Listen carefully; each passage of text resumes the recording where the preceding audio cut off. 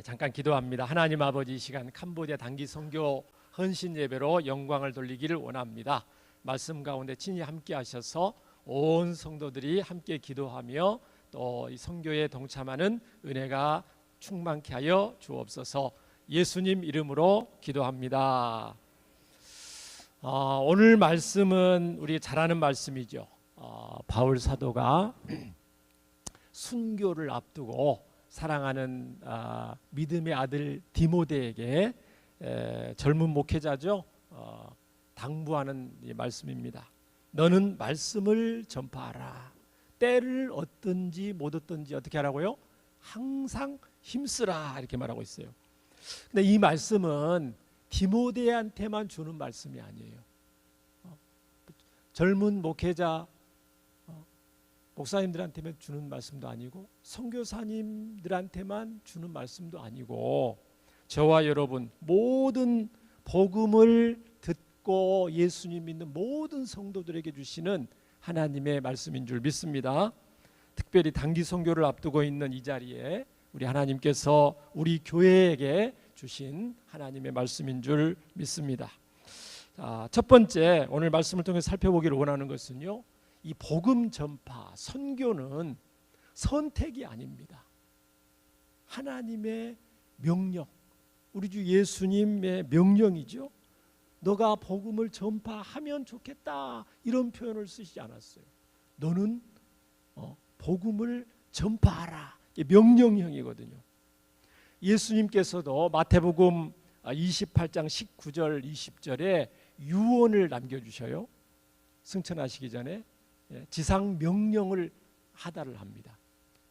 우리 함께 읽어보겠습니다. 시작. 그러므로 너희는 가서 모든 민족을 제자로 삼아 아버지와 아들과 성령의 이름으로 세례를 베풀고 내가 너희에게 분부한 모든 것을 가르쳐 지키게 하라. 볼지어다 내가 세상 끝날까지 너희와 항상 함께 있으리라. 여기 보면은 제자로 삼아라, 이 명령형이에요. 또 세례를 베풀라, 또 가르쳐 지키게 하라, 전부 명령형이거든요. 예수님이 유언적으로 명령을 하시는 것을 볼 수가 있어요. 사도행전 1장 8절에도 오직 성령이 너희에게 임하시면 너희가 이제 땅끝까지 복음을 증거하게 될 거다, 명령하시는 것을 볼 수가 있습니다. 그래서 선교는요, 선택이 아니고 사명입니다. 사명은 뭐예요?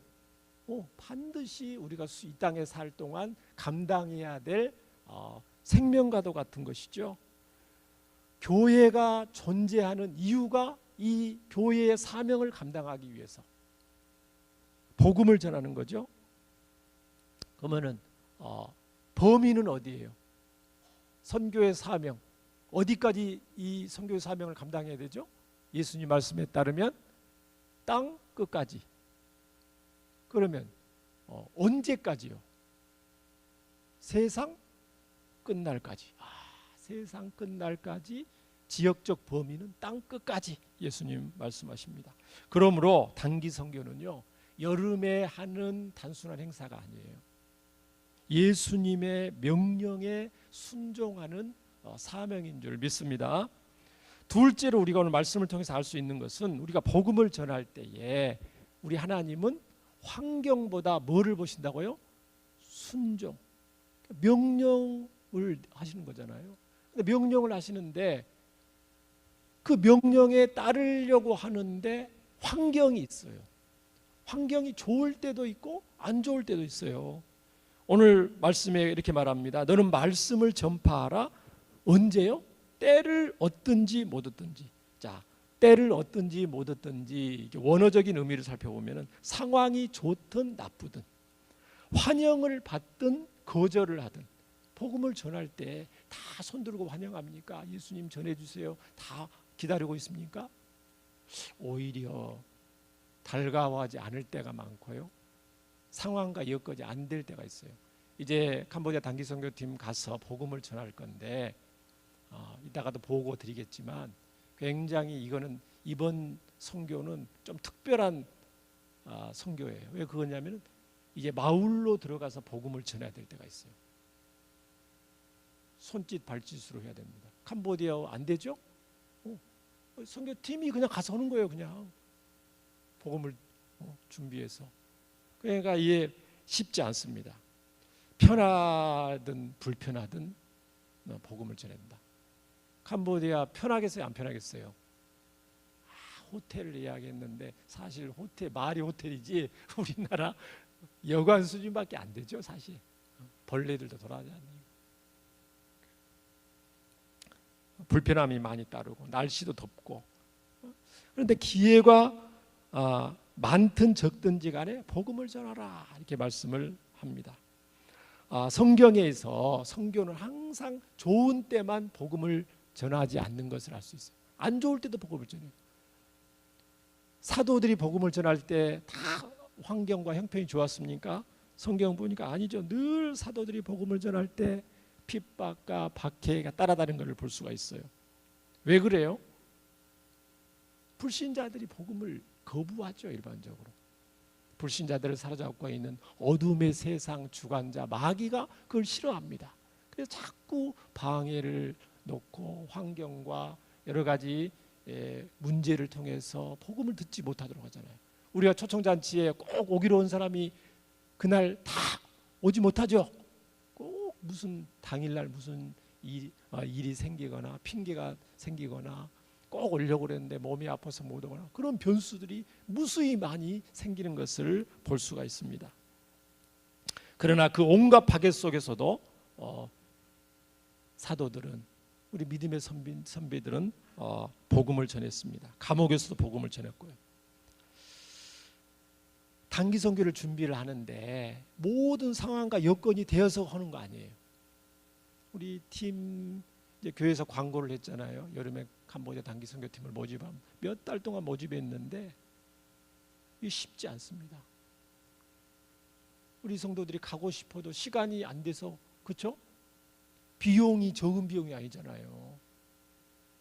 이번에 이란 전쟁으로 인해서 비행기 값이 굉장히 많이 올랐어요. 환율도 지금 올랐죠?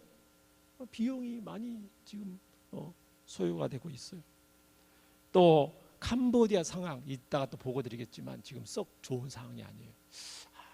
작년엔 더 안 좋았어요. 전쟁이 난 가운데 어떻게 해야 됩니까? 굉장히 작년에도 막판까지 고민하고 팀을 보내면서도 우리 교회 성도들이 정말 기도 많이 하고 은혜 가운데 잘 마치고 돌아왔는데요. 지금도 썩 좋은 상황은 아닙니다. 날씨도 덥고 체력도 사실 여러 가지 여건. 그런데 우리 팀원들이 우리 교회 성도들 중에 12명이 자원을 하셨어요. 본인이 다 체류비라든가 선교비 다 내고. 그래도 부족하니까 이제 우리 교회에서 또 지원을 하고 지금 준비를 하고 있는 겁니다. 자, 환경보다도 먼저 우리가 믿음으로 순종하면 하나님이 반드시 선교 가운데 역사하실 줄 믿습니다. 셋째, 이게 굉장히 중요한 내용을 말씀을 드리려고 그러는데요. 그거는 뭐냐면 셋째, 선교는요 어떤 팀원이라든가 어떤 개인이 하는 게 아닙니다. 성경을 보면은 선교는 하나님의 지상 명령을 위임받은 교회가, 주의 몸된 교회가 공동체적으로 감당하는 게 이게 선교입니다. 이걸 여러분 성도님들이 꼭 기억을 하셔야 돼요. 이거는 신약성경 전체 사도행전 바울서신서를 보면은 하나님이 일관되게 말씀하시는 선교의 기본 원리가 있습니다. 성경에. 그거는 뭐냐면은 선교의 출발도 교회고 선교의 마침도 교회가 하는 것입니다.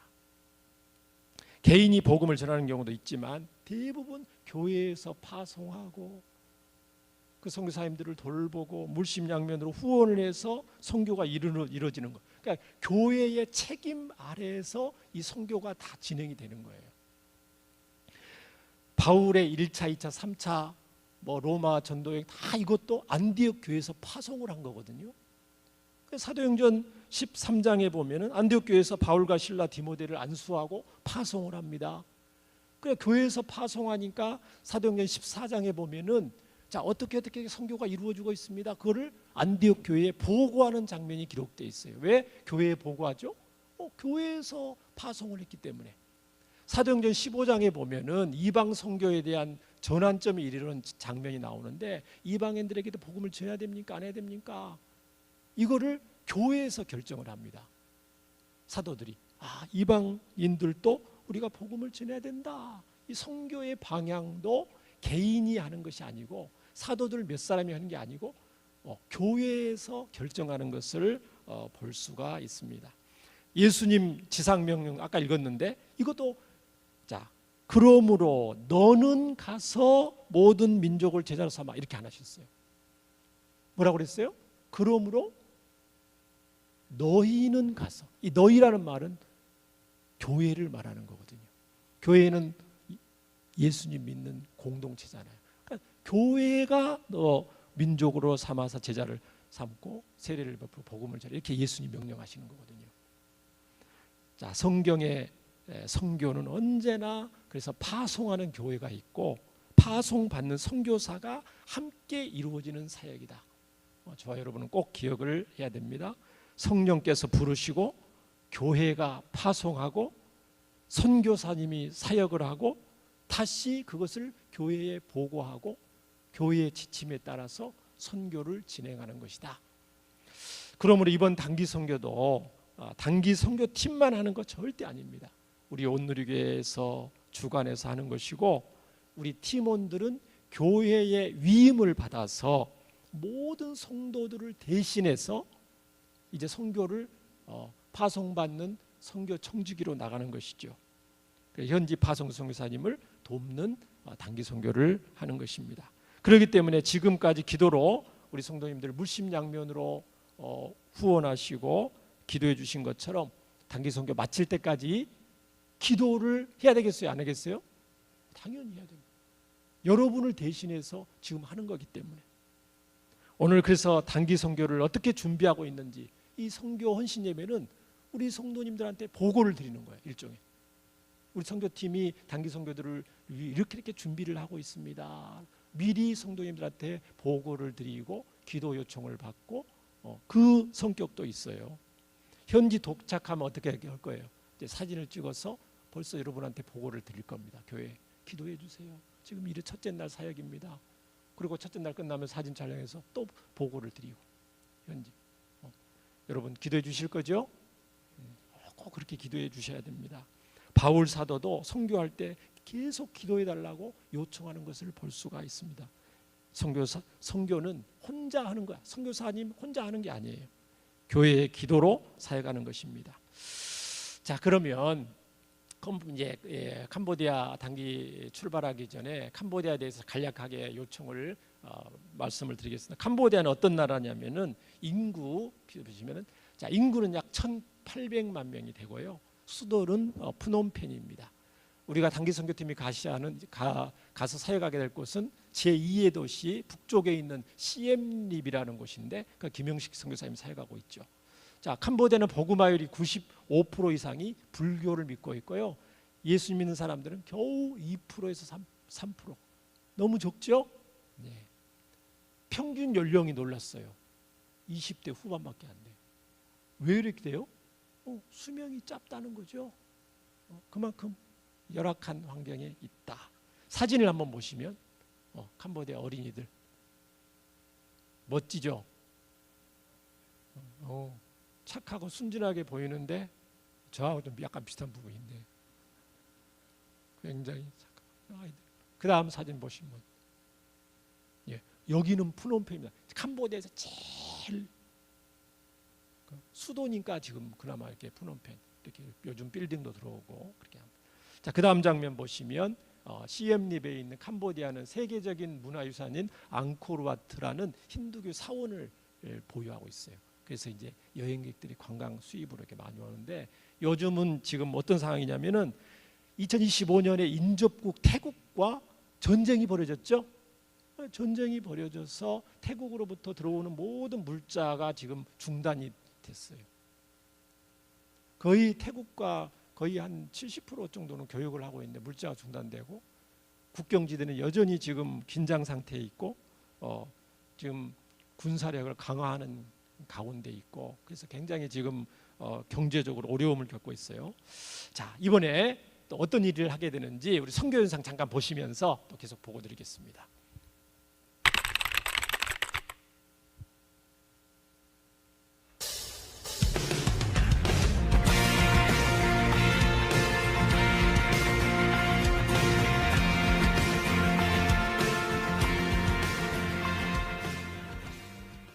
안녕하세요. 반갑습니다. 단성기 팀이 오셔서 저희 선교지에 큰 힘이 됐고요. 앞으로도 내년에도 이 캄보디아 땅에 복음 전해주시면 정말 감사하겠습니다. 사랑합니다.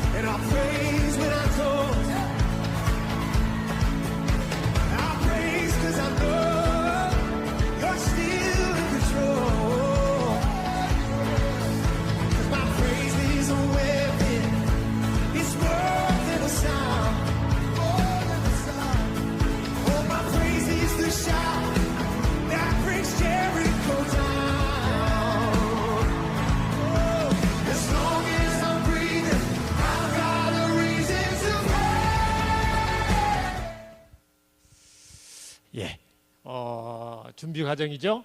우리 성도님들이 많이 그동안 기도해 주시고 파자회를 통해서 많이 또 해주시고 해서 얼마나 감사한지 모르겠고요.